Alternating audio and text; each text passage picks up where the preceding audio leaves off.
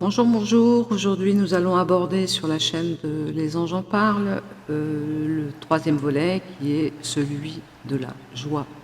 Cultiver la joie. La joie est l'une des émotions les plus importantes de la vie. À un niveau primaire, la joie tend vers la vie.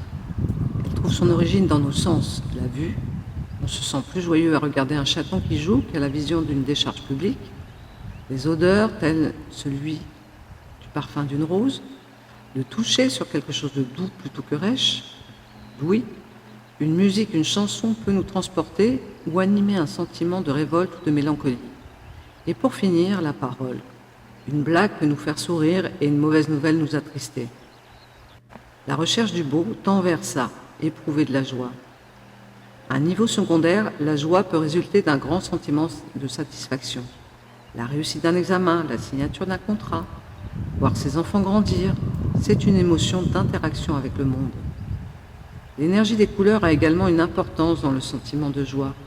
Un paysage de désolation, tout gris, génère un sentiment de tristesse, alors qu'un coucher de soleil et ses camailleux de couleurs génèrent de la joie, tout comme les scintillements, les feux d'artifice, les synchronicités qui produisent un effet de surprise et d'émerveillement.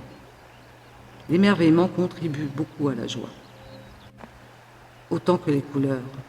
Mettre de la couleur dans sa vie, au propre comme au figuré, apporte de la joie. Je ne vous dis pas de vous habiller de manière flashy, mais d'éviter le total look noir ou d'ajouter un foulard rouge par exemple. Dans votre intérieur, quelques touches de couleurs orange, rouge ou jaune, les couleurs les plus chaudes, et quelques plantes, car elles réduisent le stress, tout comme les animaux de compagnie, sont importants. Les formes arrondies sont également source de joie plutôt que les arêtes, nettes et d'allure tranchante. Je crois que ça doit exister dans le Feng Shui. Ça, c'est pour la partie facile de ce que l'on peut changer. Le plus difficile, c'est la présence. Vivre en conscience. Vivre en conscience apporte de la joie. Et c'est le plus long à intégrer dans sa vie après des années de vie sans s'être vraiment arrêté sur l'instant présent. Dès le matin, les yeux tout juste ouverts, soyez joyeux d'être en vie, en bonne santé pour ceux qu'ils sont. Faites de chaque instant un instant unique et précieux. Le moment de votre petit déjeuner, le starter de votre journée. Appréciez de prendre une douche. Au-delà du plaisir de l'eau sur votre corps, rappelez-vous que l'eau, c'est la vie, que l'eau courante est une chance. Rendez à chaque moment son importance. Soyez présent dans votre vie, soyez attentif. Ne faites plus les choses machinalement. Au début, bien sûr, ce sera de brefs instants auxquels vous répondrez présent, mais progressivement, cela changera. Pour vous y aider, vous pouvez méditer, commencer par 5 minutes, puis progressivement plus longtemps. Reconnectez-vous à vous, soyez présent à vous-même. Vous améliorez votre connexion à votre vie.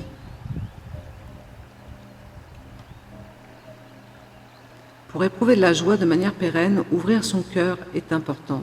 C'est encore quelque chose de laborieux mais impératif car il s'agit d'abandonner la méfiance et de vivre de manière vulnérable en acceptant d'être trahi ou blessé.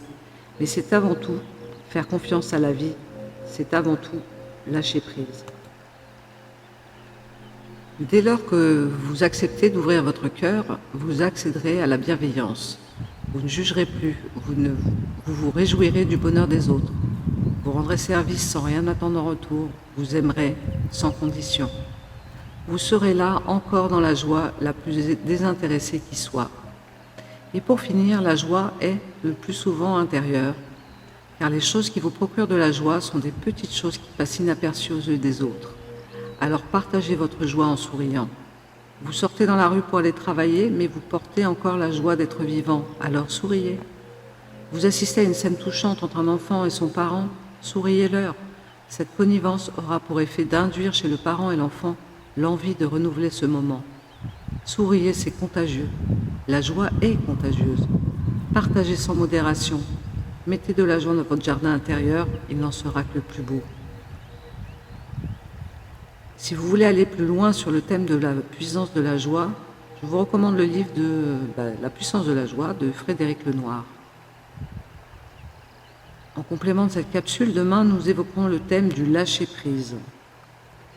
Voilà, j'espère vous retrouver demain. et que cette capsule vous a apporté quelque chose. Je vous souhaite une belle journée.